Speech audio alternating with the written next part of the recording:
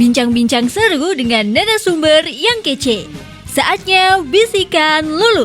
Bisik-bisik asyik, anti julid.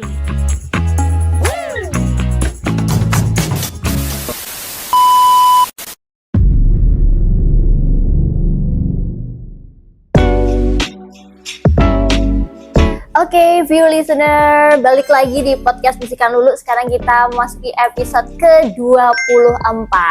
Nah, bertepatan nih di tanggal 2 Oktober ini, berhubung 2 Oktober itu diperingati sebagai Hari Batik Nasional. Jadi kali ini kita bakal ngobrol-ngobrol seputar batik ya. Cuman kadang ada beberapa Gen Z mungkin ya, dan mungkin Gen Alpha juga yang nganggep batik itu kayak apa ya, udah jadul gitu. Nah makanya nih kita bakal ngobrolin batik dan Gen Z itu masih relevan nggak sih? Udah barengan dengan aku nih, ada Kak. Hai view listener, kenalin nama aku Sally. Aku selaku marketing dari Ozi Batik itu sendiri. Ozi Batik ya tentunya ada di Pekalongan di Jalan Pantura. Pasti sering kalau ngeliatin batu kan sering lihat Ozi Batik. Iya, soalnya ini bener-bener apa ya, pokoknya mesti kelihatan terus lah kalau dari arah, terutama dari arah sana ya, dari arah mana tuh, timur ya, ya dari arah timur itu pasti lihat, apalagi di depannya itu pas banget ada traffic light gitu. Kalau berhenti tengok kiri aja udah kelihatan gitu ya. Oke. Tapi ini Kak Sally ya panggilannya ya. Asli Pekalongan? Betul, memang asli. Oke. Gen Z nggak nih atau apa nih? Belum tahu soalnya. Kalau 2001 berarti Gen Z atau bukan ya? Oh my god. Bener ya? Bener kan? Gen Z banget. Iya. Oh my god. Ternyata seumuran. Oke. Berarti pas banget ya dengan tema kali ini ya. Tapi setuju nggak sih kalau batik itu kadang ada yang nganggep, ih kayaknya jadul deh, apa sih formal banget kayak gitu. Kalau menurut Kak Sally sendiri, kalau denger kata batik itu apa yang ada di pikirannya Kak Sally? Dulu aku juga sebenarnya kurang menganggap batik ya. Setelah aku terjun ke dunia batik, menurut aku batik itu pelajaran sih. Pelajaran apa nih? Soalnya setelah aku mulai masuk ke dalam industri batik, itu aku ngeliat kayak ternyata banyak banget yang bisa aku pelajari. Entah dari nilai budayanya itu sendiri, entah dari bagaimana orang mempresentasikan batik itu sendiri. Kalau ternyata batik-batik itu sendiri juga ada dan istiadat untuk menjaga nilainya. Oke. Itu untuk yang secara tradisional ya. Soalnya setelah ternyata ke batik kan kita pasti cenderung berpikir kayak batik itu kuno, motifnya tuh begitu-begitu aja. Apalagi klasik, ternyata kalau seperti motif jelang perang itu kan khasnya Pekalongan. Iya, betul. Terus ternyata ada motif parang yang tidak boleh dipakai oleh orang-orang tertentu. Ternyata kayak banyak banget syarat-syarat atau pelajaran yang bisa kita dapat. Tapi setelah aku sadari, Gen Z kan cenderung kayak aduh bosen lah. Mungkin ada yang seneng ya dengan tradisi dikit seperti kayaknya itu ya. Iya, tapi makin kesini tuh aku melihat kalau batik itu ternyata bisa dimodernisasi. Oke, tapi sebelum kita ke batik dan modernisasinya ini, dari kapan nih, sejak kapan terjun ke dunia batik gitu? Mungkin sekitar tahun 2021, 2022 setelah aku mulai persiapan lulus kuliah gitu kan. Udah mulai kayak dibimbing sama orang tua kayak sebenarnya udah dari kecil sih, dari zaman aku SD gitu kayak selalu diajak sama orang tua untuk ke pameran, melihat cara jualan, melihat batik itu seperti apa. Terus habis itu, tapi dulu kan mungkin karena masih kecil kurang tertarik ya, tapi semenjak mulai masuk kuliah, aku mulai mengerti kalau batik itu nilainya beginilah, kita bisa menjual dia dengan seperti inilah. Gitu, berarti kan emang dari orang tuanya juga udah tertarik sama perbatikan duniawi gitu ya. Betul. Tapi ini Kak Sally terjun ke dunia batik itu karena memang suruhan atau atas kemauan sendiri dulu deh? Kalau waktu zamannya kuliah di saat itu suruhan sih ya, karena kan namanya anak kuliah kan pasti inginnya bersenang-senang. Tapi setelah aku mulai mencoba 1 kali, 2 kali, dan aku melihat ternyata cocok juga gitu kan. Jadi aku seperti kayak, oh ya sudah, kenapa tidak dijalankan saja, dan ternyata pun aku suka. 2021 itu kan after COVID ya? Iya, itu masa-masa susah. Oke. Tapi kadang ada nggak sih pikiran kayak, udah kayaknya aku bosen nih sama batik-batik gitu? Apa sama dunia Belum batik? sih, karena Hmm. masih banyak, bahkan menurutku aku masih kurang belajar dalam Oke. batik itu sendiri. Dan ternyata ya kayak, terutama kalau dari aku tuh begitu terjun, aku langsung ke batik yang modern, bukan batik yang klasik. Oke, ini bedanya apa dulu nih? Modern sama klasik. Udah berkembang kayaknya ya batik ya? Iya, sangat berkembang. Oh, wow. Karena kan mungkin karena aku orang Gen Z juga ya. Iya. Jadi aku lebih suka dengan yang batik yang modern, tidak terlalu klasik gitu, karena menurutku kuno lah, bosen lah ngelihatnya. Cuma setelah seiring berjalannya waktu, cantik sekali menurutku batik Oke. tradisional itu. Oh, berarti lebih cantikan yang tradisional, yang klasik kayak gitu atau yang modern? Jadinya. Kalau modern itu buat Gen Z lebih cocok, lebih masuk ke semuanya. Oh, Tapi modern. iya, tapi kalau batik tradisional tuh kesannya tuh elegan menurutku. Oke. Jadi ya ada bedanya lah dari segi motif, segi warna. Oke. Kalau kayak gini itu tuh dia ciri khasnya Aussie batik dia. Jadi di kita namanya tuh batik tulis kombinasi. Jadi batik seperti tulis. ada, ini dia kan yang sisi motif parangnya itu motif batik cap. Oke. Tapi sisi untuk yang sisi sini itu tuh namanya kalau di aku batik goser. Goser. Jadi itu tuh seperti kita lukis, kita kuas satu-satu. Oh, berarti kayak cantingnya gitu, bukan? Beda. Tapi kalau canting kan canting tulis menggunakan seperti canting Cantingnya tulis itu ya, pada umumnya. ha. Nah kalau ini seperti kayak kita memakai kuas, kemudian kita goser-goser di atas kain. Oh. Jadi bahasanya kita tuh batik goser. batik goser. Antara kombinasi tulis lukis dengan cap. Oh, ini yang namanya modern ya, berarti Iya, ya udah dikombinasikan. Karena lebih mudah diterima, tidak terlalu terlihat batik sebenarnya, tapi masih ada unsur motifnya. Nah, itu pertanyaanku. Batik modern kayak gini emang masih bisa disebut batik gitu? Bisa, batik itu ketika kita memakai malam di atas kain, itu disebut batik. Oke, malam di atas kain itu disebut batik. Iya, itu sepengetahuan aku ya, tapi ya. Berarti bukan dari motifnya yang harus ada motif ini, bukan ya? Itu ya motifnya tersendiri. Oke. Gitu kurang lebih. Berarti emang juga udah, ya pastinya kan semakin kesini kita semakin mengikuti zaman kan? Iya, harus Ya. mengikuti pola-pola yang sedang tren.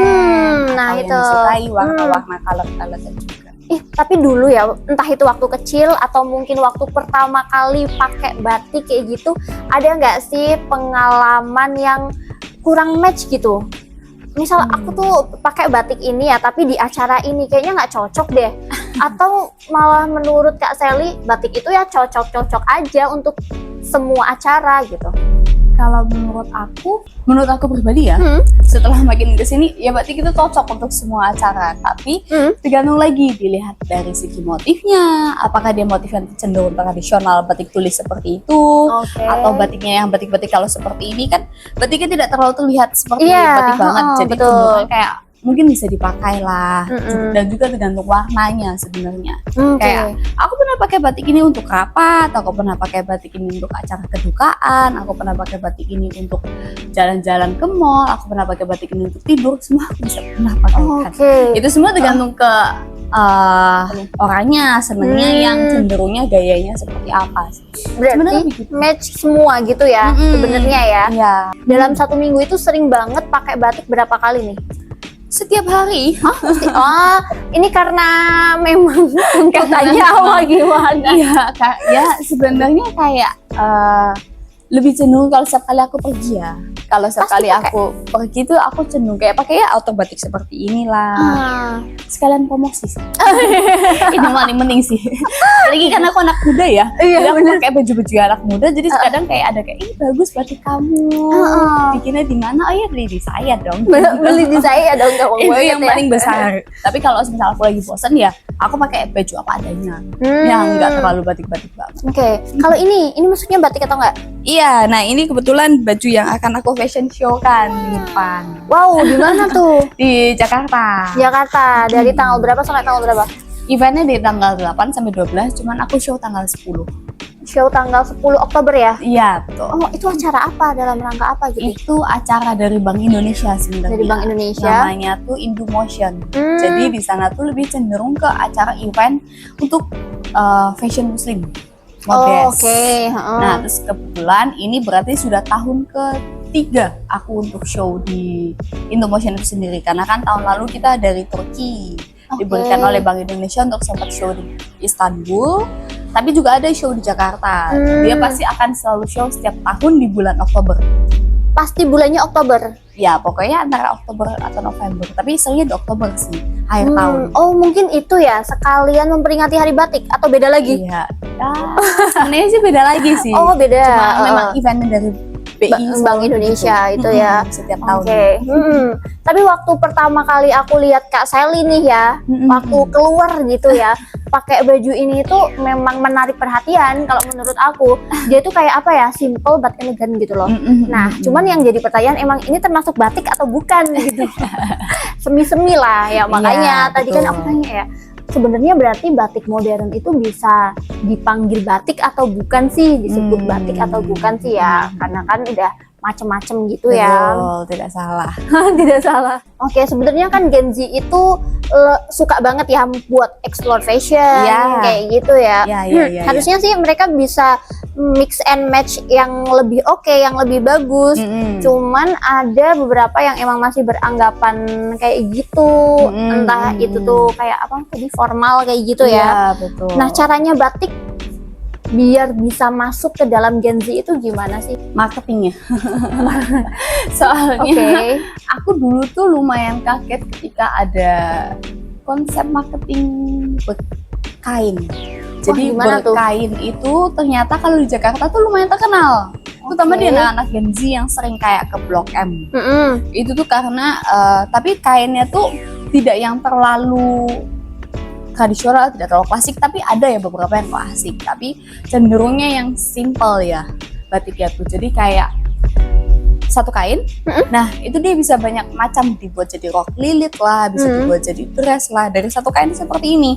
Jadi itu semua tuh tergantung bagaimana cara melipatnya. Nah itu tuh dulu lumayan heboh di kalangan para pembatik muda karena berkain itu sendiri ternyata menarik banyak perhatian anak-anak muda. Anak-anak muda, tapi masih di Jakarta dong? Ya, yang kan? Bener-bener fashionnya tuh fashionable banget. Oh iya, emang terkenal kan kalau di sana kan? Iya. Oke.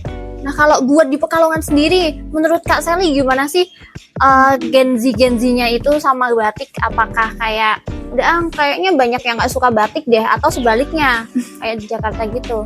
Kalau di Pekalongan tuh mungkin cenderungnya bosan kali ya, karena sering melihat batik terus, terutama kan Pekalongan kan kota batik. Iya. Cuman menurut aku batik itu sendiri buat anak-anak muda, terutama laki-laki, itu dipakai untuk kondangan. Itu sudah pasti untuk acara formal. Itu laki-laki. Tapi kalau perempuan itu cenderung untuk sebagai baju kerja. Iya. Makanya baju kerja tuh lumayan sangat laku ya kalau di aku ya. Oh di sini. Tapi baju kerja yang laku juga itu baju kerja yang formal kayak gitu atau yang kayak gimana biasanya? Ada yang formal, ada yang semi formal. Ada juga kalau yang anaknya gaya, dia senengnya bajunya harus yang gaya, ada stylenya lah. Menurut aku untuk anak muda Pekalongan itu adalah satu baju harus bisa dipakai untuk banyak acara sih. Kalau gitu.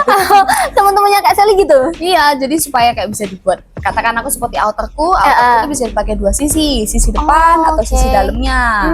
Nah itu kan jadi kayak seenggaknya ini bisa aku pakai buat acara inilah, acara inilah. Itu salah satu triknya aku ya. Keren sih tapi ya. Kalau cowok gimana kalau selain kemeja? Paling adanya apa sih? Kalau cowok itu kalau di Jakarta, mereka tuh seneng dengan outer. Jadi aku sering membuat outer yang outer itu unisex. Bisa dipakai perempuan, bisa dipakai laki-laki, atau laki-laki itu kadang seneng dengan jaket bomber. Dari batik berarti? Iya, cuman jarangnya itu niche market ya. Jadi yang marketnya cuman kecil doang, yang memang bener-bener pecinta batik dan pecinta fashion. Kalau yang aku sadari di sini tuh laki-lakinya ya, terutama yang tapi nggak anak muda sih, laki-laki yang sudah lumayan berumur tuh senengnya pakai sarung. Sarung batik itu sudah sangat laku. Pekalongan banget itu. Bener-bener kalau ya mungkin anggapannya kalau di Jakarta itu berkain untuk anak muda, untuk Pekalongan bersarung ya kayaknya ya. Jadi sering banget aku kayak entah aku ke mall ya ada bapak-bapak pakai sarung. Cuma cenderungnya memang bapak-bapak sih. Iya sih biasanya ya. Kalau Gen Z sekarang bersarung kayaknya udah jarang banget deh. Iya. Kayaknya pasti ke mall pakai sarung, ih malu paling kayak gitu. Tapi tantangan terbesar nih ya untuk batik itu masuk ke Gen Z, terutama ini Kak Sally karena sebagai marketing gitu, tantangan besarnya itu apa? Motif dan model sih menurut aku. Apakah akan diterima untuk anak-anak Gen Z itu sendiri? Kalau misal motifnya bagus tapi modelnya ini nggak cocok, ya mereka nggak mau. Kalau modelnya bagus tapi motifnya terlalu heboh, mereka juga nggak mau. Jadi kayak banyak banget aku harus melakukan riset lah, kira-kira apakah ini akan cocok di market ini, apakah ini diterima. Ya banyak halnya sih sebenarnya yang harus aku lakukan. Banyak ya? Karena memang Gen Z itu susah ditebak ya. Iya emang. Terus selain itu juga tantangan paling besar aku ya Sosial medianya. Karena kan aku harus, meskipun batik barang aku udah bagus nih, tapi kalau dari sosial media aku kurang bagus, dia tidak akan menarik perhatian mereka. Betul. Tapi kalau Ozi sendiri ini sosmednya udah merambah ke apa aja nih? Instagram, Instagram ada, TikTok ada, YouTube Short ada. Cuman kita memang tidak terlalu yang tidak terlalu kesannya FYP lah buat ke mereka. Kalau aku memang cenderungnya kalau di sosial media hanya kasih lihat produk-produk katalog. Jadi kalau orang mau tanya ya bisa. Gitu. Berarti fokusnya lebih ke marketing bukan sosmed. Iya, kalau di sosmed itu aku cenderung untuk branding, bukan untuk jualan. Kalau sosial media, karena sosial media itu memang cenderung lebih susah buat aku, terutama kan karena barang-barang aku tuh sedikit lumayan harganya nih lumayan mahal lah. Kalau untuk di sosial media, makanya memang menangnya aku tuh kalau misal aku pameran. Makanya tiap bulan ikut pameran berapa kali biasanya? Minimal sebulan sekali. Sebulan sekali. Iya, untuk Oktober ini kita ada 4 minggu full pameran. Wow, 4 berarti full banget dong kalau iya, gitu. Oktober ini makanya cukup. Wow, sibuk ya, makanya emang sebenarnya nih ya, tadinya itu kita mau bertiga berarti ya, maksudnya narasumbernya itu 2 sama Kak Sela gitu kan. Sama kembar, harusnya sih asik ya kalau kita bisa ngobrol barengan, apalagi kembar lebih menarik banget. Tapi ya karena sibuk ya, dan besok juga kan Kak Sally kan berangkat ke sana ya. Langsung banget Jakarta. Tapi pernah nggak sih kalau di mungkin nih lagi nongkrong terus Kak Sally ini itu pakai baju batik, ada yang ngomong, "Ih kok batikmu kayak gitu sih, motifnya kayak gitu," pernah nggak? Itu kalau orangnya kritik sih, pengkritik. Dia kayak ngerasa kayak, menurut gue batik ini nggak batik. Yang ngomong begitu. Berarti nggak batik gitu? Iya, kayak ini mah bukan batik gitu. Nah itu, oke. Ya itu pengkritik orang-orang yang mungkin pemikiran tradisional, makanya dia menganggap motifnya lebih tradisional, itu dia sebagai batik. Tapi kalau motif modern, ya tidak batik. Tapi yang ngomong kayak gitu umur berapa tuh? Apakah Gen Z atau memang udah gen-gen di atas kita? Justru Gen Z lah. Ya mungkin Gen Z yang pemikirannya yang saklek gitu ya. Tapi aku cuma kayak nggak apa-apa, terima kasih masukannya. Lagi pula ya batiknya diterima saja oleh semua orang menurut. Iya sih, iya betul. Ini kan era-eranya sosmed nih, terus udah pada kayak nge-endorse kayak gitu. Kalau dari Kak Sally sendiri ada niatan atau mungkin udah pernah untuk menggandeng influencer dari Gen Z? Udah, dulu aku pernah endorse ke Nancy Judge. Serius? Iya, yang We Don't Talk About. Nah, itulah pasti pada tahu. Horor-hororan itu. Cuman memang biayanya untuk influencer tuh mahal dan besar. Mungkin di saat itu karena ya penontonnya si Nancy Judge dengan marketnya aku berbeda, jadi tidak ada efeknya sama sekali untuk aku. Tapi ya aku memang belum mengarah ke cenderung untuk mengincar para influencer ya, terutama untuk yang makro influencer tuh, karena rate kata tuh mahal sekali, bisa sampai puluhan juta. Cuman kadang menurut aku setelah aku lakukan riset, kalau untuk influencer besar tersebut, efeknya ke aku tuh, aku bayar mahal segitu tuh tidak terlalu besar daripada kalau misal aku pakai uangnya ini untuk pameran, itu justru efeknya lebih besar ke aku. Jadi ya memang setelah aku lakukan riset, better aku untuk melakukan pameran saja daripada untuk influencer tersebut. Terutama susahnya aku tuh adalah karena produk aku tuh satu-satu gimana tuh? Iya, jadi motifnya satu. Kalau misal ganti size, motifnya beda lagi. Karena terutama batik-batik seperti ini kan, pewarnaannya pun juga susah. Karena kita harus bergantung pada cuaca. Berbeda kalau semisal batiknya cenderung printing, kan sudah pasti akan sama terus. Nah itu mungkin kita bisa pakai micro influencer lah seenggaknya. Oh, ini berarti berapa lama sih produksi satu batik biasanya? Kalau kayak gini kisarannya ya 4 hari, 4-5 hari kerja lah kurang lebihnya. Soalnya kan seperti ini ya? kita proses kurang lebih sampai 3 kali diulang lagi untuk menghasilkan 3 warna yang berbeda. Oke, berarti misal nih kita beli ini cuma diproduksi satu aja gitu? Ya, gitu. sebenarnya kalau yang persis seperti ini satu aja. Ada mungkin yang senada, temanya, warnanya senada tapi beda. Peletakan motifnya berbeda. Makanya itu kenapa trik aku kalau jualan batik kita cuma satu-satu. Jadi kalau punya bapak, ya cuma bapak aja yang punya. Tidak ada yang lain yang punya. Biasanya selain marketing sosmed, biasanya ke mana lagi nih? Kalau selain ke pameran juga gitu ya? Kita kan ada butik seperti ini. Selain itu juga kita cenderungnya lebih sering ke WhatsApp sih. Kita tawarkan langsung ke beberapa customer yang loyal. Jadi kayak memang marketingnya tuh tidak marketing secara umum tapi marketing private. Oh, marketing private. Iya. Tapi susah nggak sih jadi marketing? Susah karena ya harus jualan sih. Iya.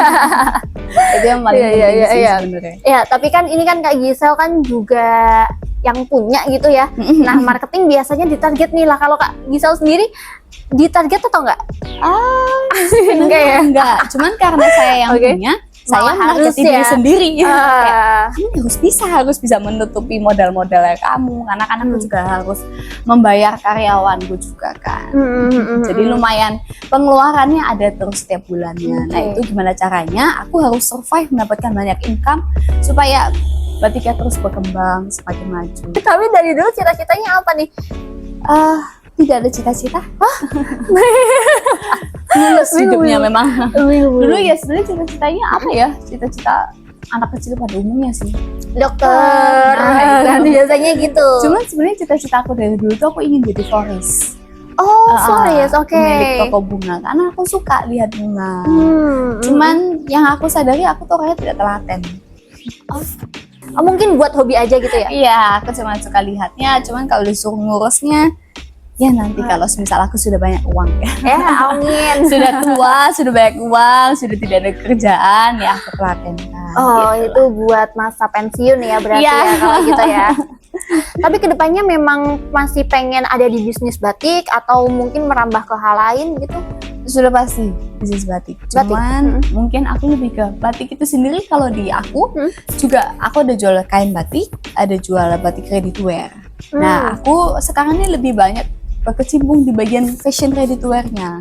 Terutama kan karena aku kan baru belajar fashion design. Nah jadi aku baru sadar kalau ternyata batik ini menarik, bisa dibuat seperti ini dalam segi baju lah, apapun lah. Kalau misalnya kain batik itu soalnya belajar harus lebih banyak lagi. Oh, dulu jurusannya apa? Waktu pertama tuh S1 Business Management. Terus lanjut ambil kursus fashion design. Mamahku bilang, ngapain kamu belajar dari, ya sebenarnya kayak lebih baik belajar sama mamah langsung aja karena kan mama lebih expert juga kan. Karena ujung-ujungnya ketika aku belajar di kuliah ya aku tetap akan magang seperti itu juga di Iya sih, memang ya. Iya, jadi mama bilang ya udah sama mama aja belajar, kenapa harus ke belajar secara formal begitulah. Kalau dari mamanya Kak Gisel itu udah dari tahun berapa sih? Bikin bisnis batik? Mamaku dari tahun 95 mulai mendirikan Ozi Batik. Wow, emang awalnya di sini tempatnya? Sebenarnya mamaku tuh aslinya orang Bandung. Orang Bandung. Iya, dan memang tidak ada belajar sama sekali tentang apa itu batik, bagaimana cara membuat batik. Jadi mamaku benar-benar dari nol. Ya dia dari Wonder Woman ya. Kalau aku kan hanya mengikuti. Jadi mama memang belajar dari nol sendiri gimana cara jualan, gimana cara membuat batik yang laku. Jadi tantangannya lebih banyak. Tapi langsung di Pekalongan atau mungkin dulu tuh pindah ke Pekalongan ketika menikah. Diajak ke Pekalongan, tapi awalnya memang tidak batik dia. Awalnya tuh pelatih senam. Agak itu ya, berbeda jauh sekali, ya. Cuman memang mama aku tuh dulu tuh jagonya di marketing juga. Dari awal dia sudah jago jualan. Nah awalnya mamaku tuh tidak menjual batik miliknya sendiri. Jadi batik titipan. Terus kalau udah ketika dia jualan ini kok banyak banyak yang laku. Terus kalau mamaku berpikir mengapa tidak berbatik sendiri saja. Oke. Dan ternyata taste-nya mamaku sangat diterima oleh masyarakat. Berarti bener-bener bikin sendiri. Iya, dari nol. Wow. Cuman dulu tuh cenderungnya malah seringnya batiknya tradisional, karena memang batik tradisional kan paling laku kan. Iya, Terus mulai masuk ke tahun 2007 atau 2000-an berapa, mulailah membuat batik ini. 2007 ya. Batik gosek sendiri seperti ini. Tapi ada nggak customer yang mungkin dia itu pengen stylenya yang anti mainstream gitu? Pernah nggak sih dapat orderan kayak gitu? Banyak. Wah, contohnya apa tuh? Yang anti mainstreamnya itu yang kayak gimana? Kalau dulu tuh kan kita kan seringnya taunya batik-batik tradisional ya. Iya, Sawung galih lah, terus habis itu motif batik-batik khas atau apa namanya itu ya? Apa? Aku lupa. Ada pokoknya tuh motif batiknya tuh tradisional banget lah. Tapi mamaku tuh membuat batik dengan motif binatang. Jadi kayak ada motif kucing anggora. Oh, ada. Ada juga motif naga. Kalau naga sih umum ya. Iya, motifnya kelinci lah, ular lah, arwana lah, kuda lah, kelapa sawit lah, semua. Jadi waktu itu yang paling lucu itu adalah karena customer aku ini pemilik lahan kelapa sawit, dia membuat batik motif kelapa sawit. Dan customer itu sangat suka. Ada juga customer yang koleksi teh, penggemar teh. Sama mamaku dibuatlah legenda kain teh. Oh, berarti itu memang benar-benar kan itu kan motif-motif baru ya semuanya ya, harus di-create dari awal gitu. Betul. Ya. Yang create dari mamanya Kak Gisel sendiri. Sudah pasti. Pengrajinnya langsung mamaku sendiri. Bahkan sampai sekarang pun gitu, motif-motif yang ada di sini semuanya mamaku yang buat. Wow, dalam satu hari itu bisa bikin berapa motif nih untuk nge-create-nya itu? Sebenarnya tergantung mood ya. Kalau moodnya lagi sangat bagus, ya bisa 10 lah, bisa banyak. Tapi kalau lagi capek, lagi nggak mau kerja, ya sehari 1 atau bahkan nggak selesai. Tapi kan karena kan mamaku kalau lagi sering-seringnya ya mungkin kayak dia memberi arahan ke karyawan, ini begini, itu begitu. Kalau Kak Gisel pernah nggak untuk mencoba meng-create gitu? Belum. Aku lebih sangat meng-create dari segi model baju. Biasa. Apalagi kan anak fashion design ya. Iya. Tapi kalau semisal nih, kalau di sini kan cuman satu motif, satu itu kan, satu batik itu kan. Kalau ada yang bilang, Kak, aku mau kayak gini tapi pesan 5 atau 10 soalnya mau buat keluarga kayak gitu, tetap bisa atau gimana? Bisa. Kita utamakan untuk dia sendiri, tapi ya jadinya itu cuma untuk milik dia. Iya. Oh, itu mungkin kalau kenapa aku nggak tanya alasannya kenapa? Soalnya udah tahu ya, biar nggak ada yang ngebarin gitu kan. Tidak salah. Kalau semisal satu-satu kayak gitu. Soalnya kadang kalau kita produksi itu satu motif misal 10, nanti bisa jadi ketika di mana kita ketemu orang lain dengan pakaian yang sama, pernah nggak sih kayak gitu, lagi pakai baju terus ketemu orang yang modelnya mungkin atau motifnya sama gitu? Iya. Itu gimana tuh? Perasaannya gimana? Apa yang dilakuin Kak Sally? Tapi kalau misalnya memang dasarnya itu dibuat secara banyak, secara massal, ya pasti kayak ya sudahlah, tidak apa-apa, karena kan memang tidak hanya khusus untuk aku kan. Iya sih. Jadi kayak ya udahlah, karena aku orangnya legowo, jadi ya nggak apa-apa. Pasrah kayaknya ya. Malu, apalagi aku orangnya juga nggak terlalu banyak malu sih, jadi kayak ayo barang lucu-lucuan ya. Itu aja. Soalnya kadang ada yang kok itu kok kembar ya, ada yang mungkin di model apa, stylingnya di beda kayak gitu, bahkan ada yang dilepas mungkin kayak gitu.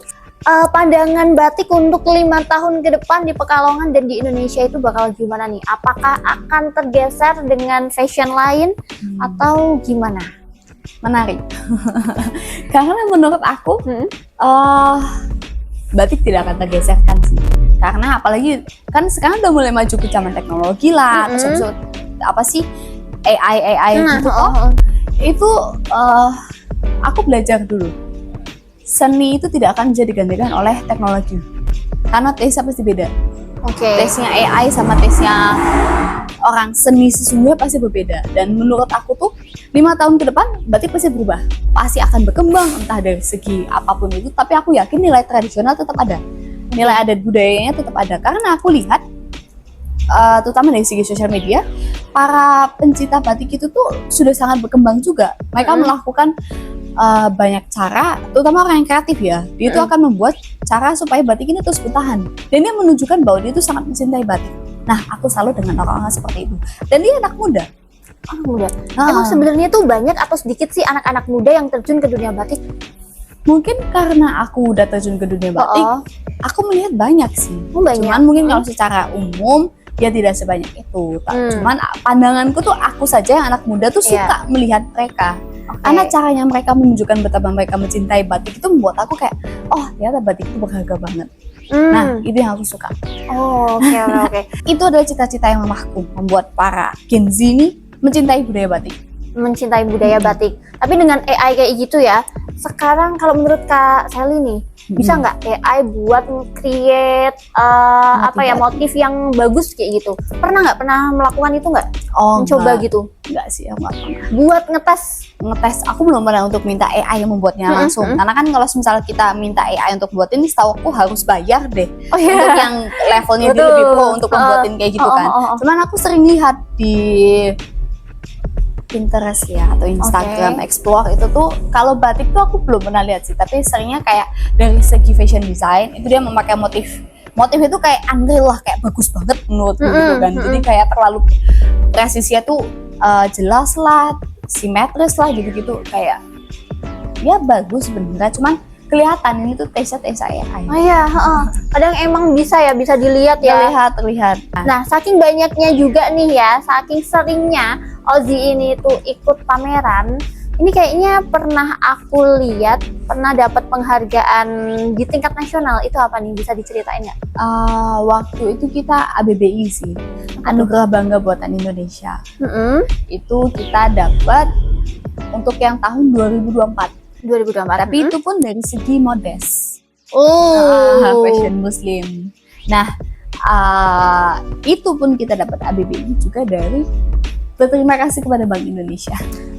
Itu dari Bank Indonesia juga? Iya, jadi Bank Indonesia memberikan kesempatan untuk kita, ayo coba. Tapi itu tetap harus diseleksi ya. Ini ada pendaftaran. Nah, Bank Indonesia, KPWBI Tegal, itu menyarankan nama Ozzy Batik. Cobalah Ozzy Batik dibawa sebagai perwakilan dari BI Tegal. Terus kita melakukan seleksi lah, wawancara lah, interview, dan sampai waktu itu riset juga ke sini. Terus habis kalau sudah sampai diajak ke mana ya saat itu ya, aku lupa kota mana, dan di situ diberikan pengumuman. Kemudian akan ada votingnya juga sih memang ujungnya. Voting. Oke, berarti itu kayak kita tuh nyetor satu model, satu motif atau kayak gimana sih? Nyetor satu brand. Jadi namanya Ozzy Batik dibawa ke situ. Akan dilihat dari segi company profile kamu, keuangannya kamu, inovasi kamu ke depan gitu. Kirain tuh kayak misal cuman lomba desain nih, kita mau nyetorin ini satu desain, terus nanti dilombain sama berbagai desain dari batik lainnya, toko batik lainnya kayak gitu, bukan ya? Pernah, itu juga pernah. Itu dulu sering kita melakukan. Batik ini untuk dilombain, sampai sekarang kita juga sama. Cuman memang karena keluarga aku sangat suka untuk melakukan kompetisi. Jadi sering kayak, ayo coba daftarin ini itu, kita lomba lagi. Cuman kan ya namanya kadang ada bagus, kadang ada enggak. Itu ya sering kalau yang membawa satu produk, terutama batik kain, kain batik itu kita lombakan. Nah, itu mamahku juara, dapat 3 piala langsung. Keren banget. Tapi pokoknya itu dari satu kain dinilai dari segi motif, dinilai dari segi warna, apapun itu. Biasanya kalau melombakan produk kayak gitu kita harus presentasi gitu nggak? Ya, tapi kalau zaman dulu mungkin cuma menggelarkan aja, tapi yang menjelaskan filosofi, nilainya, cerita di baliknya ya. Nah, ngomong-ngomong tentang kompetisi, menurut Kak Sally sendiri kompetisi batik di Pekalongan gimana? Bagus kok dan menarik. Menariknya? Tapi itu untuk anak-anak muda ya. Kalau anak-anak muda tuh aku sering lihat ya lebih ke fashion design batik ya sih. Ya di Pekalongan? Ada kok kemarin, bahkan karena aku ya jadi jurinya sih.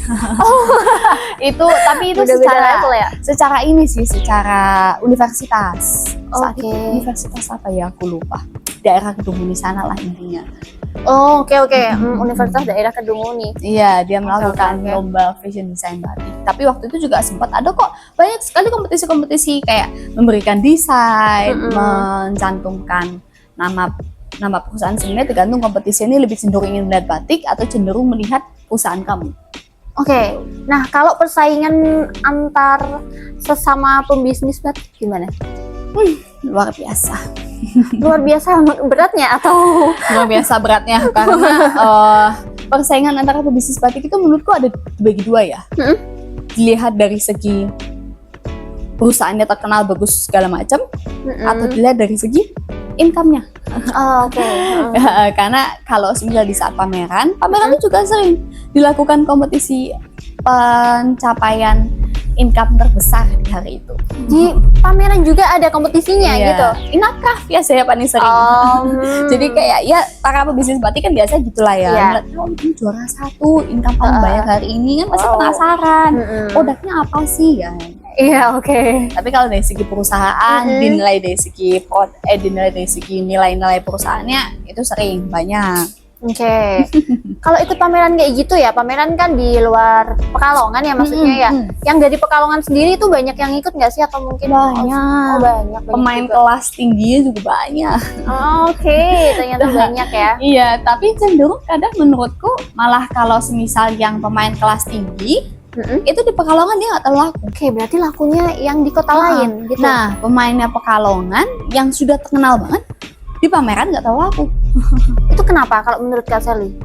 Karena taste-nya beda. Taste-nya orang-orang Pekalongan sama taste-nya orang-orang yang di pameran tuh berbeda sekali. Oke. Soalnya kalau yang ada di pameran kan mereka yang lebih ngerti fashion, Iya, yang lebih batik, maju. kayak gitu kan ya. Dan karena dia fokus di Pekalongan, jadi namanya dia di Pekalongan sudah besar.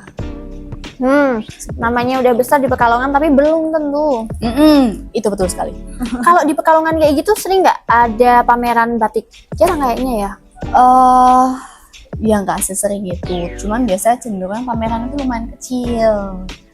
Jadi lebih tidak ke UMKM kayaknya ya. Iya, tidak terlalu banyak para pembelinya juga. Dan tingkat konsumtifnya juga nggak sebanyak itu sih. Oke. Ini next bakal yang paling terdekat nih. Ada mau ikut kompetisi apa lagi?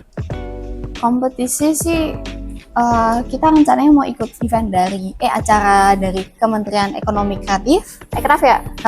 Itu tuh eventnya tuh yang event aksi ya.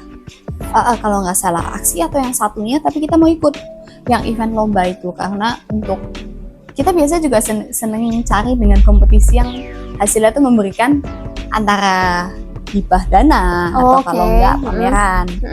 Cuman yang si Kemenekraf ini dia akan ada kolaborasi sama LBS Urundana sih. Itu kapan itu kalau itu? Setahu aku dia tutup itu tanggal 4 Oktober penutupan. 4 Oktober penutupannya.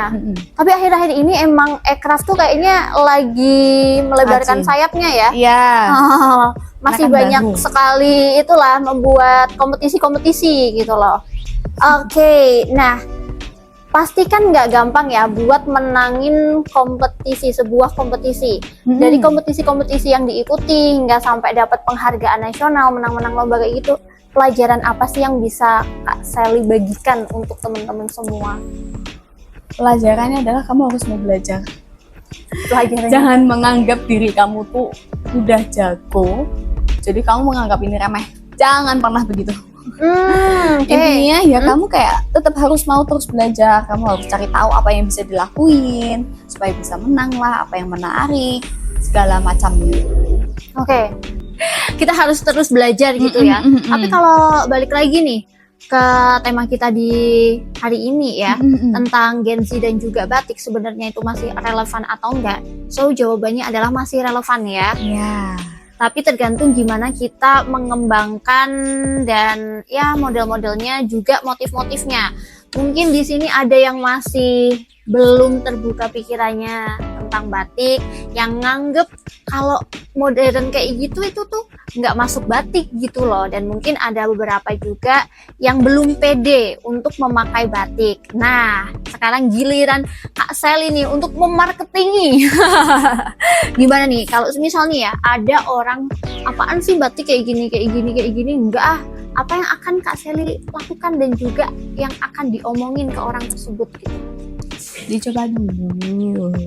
Kalau misalnya gak mau, yaudah nih tak kasih satu, coba dulu. Seneng Oh, gak? langsung ya udah lah, nanti kalau ketemu Kak Sally mau gitu aja biar dikasih batik ya gitu. Kalau Tapi gitu. biasanya memang itu kalau yang aku lihat, kalau Gen Z yang gak suka tuh yang dia sudah sangat yakin dengan dirinya, ya dia suka dengan gaya seperti ini, nggak mau gaya-gaya lain ya. Biasanya kayak contohnya cenderung yang gaya-gaya edgy gitu. Oh iya, yang atau kayak seperti metalik lah gitu. oh iya ya, iya ya biasanya anak-anak. Iya, nggak terlalu seneng dengan batik.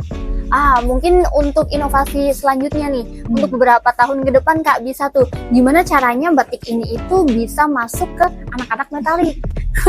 Terus sekali. Ya kan mungkin bisa dipikirin gitu ya. Iya. Tapi kan sekarang kalau batik itu ada yang warnanya tuh pastel gitu ya, sama yang apa nih, gelap-gelap kayak gini. Sebenarnya kalau dari Gen Z sendiri ya, itu prefer yang mana sih? Pastel sudah pasti. Pastel. Udah nggak mau ya yang gelap-gelap kayak itu, wah itu. Iya, karena terutama kalau warna-warna sogan ya, menurut mereka bosen kuno. Berarti ini kayaknya representasi dari Kak Sally sendiri deh. Iya, Iya kan? Pokoknya kita itu harus bisa melestarikan budaya kita, apalagi kan ini warisan dari UNESCO ya.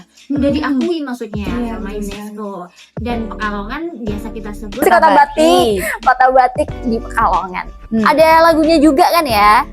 Kota batik di Pekalongan. Wah, aku malah nggak tahu tuh. Wow, oke, nanti disetelin. Kayaknya itu kurang lengkap kalau kita menyudahi obrolan ini begitu saja. Akan ada segmen jawab cepat yang harus Kak Sally jawab.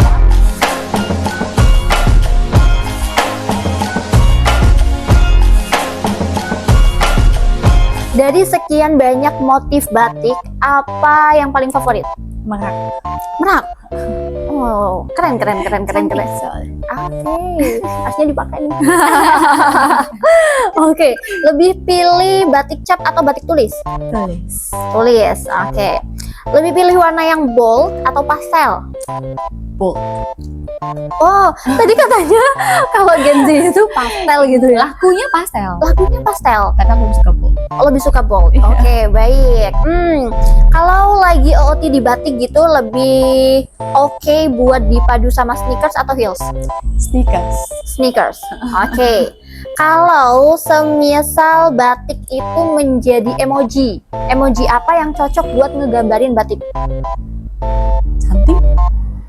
Oh, cantik. Oke. Boleh. Satu kata yang menggambarkan batik.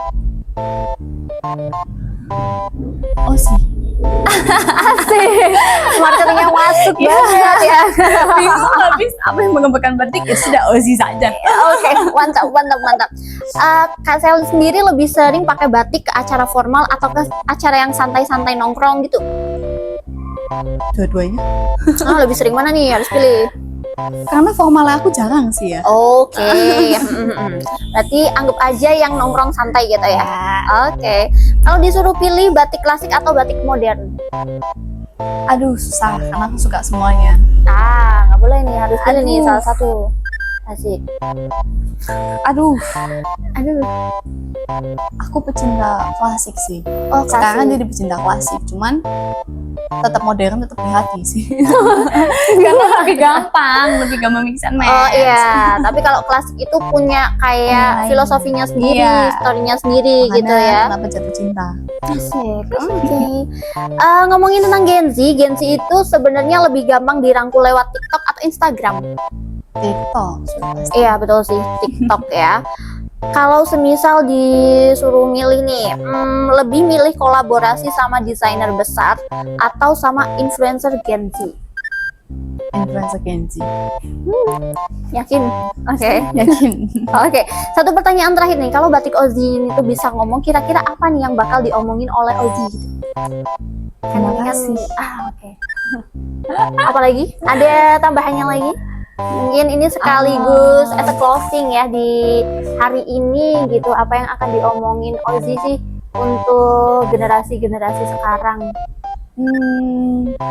Terima kasih sudah memperjuangkan nilai budaya batik sampai saat ini. Asik, aplaus dulu dong. Oke, terima kasih Kak Sally atas waktunya ya. Di hari ini bertepatan dengan Hari Batik Nasional ya, tanggal 2 Oktober yang selalu kita peringati tiap tahun. Kalau Kak Sally sendiri biasanya memperingati Hari Batik dengan apa nih? Dengan pameran. Karena pasti selalu pameran. Pameran kayaknya emang pameran terus kadang merasa jenuh atau bosen, pernah nggak sih sama pameran? Aku baru 4 tahun sih ya. Ya 3 tahun apa 4 tahun terjun. Lebih capek sih. Lebih ke arah capek. Tapi kalau jenuh, kalau lagi excited ya ayo. Tapi kan tiap bulan ya, 3 tahun ini tuh tiap bulan udah berapa kali tuh ya kan? Apa kabar mama saya? 30 tahun.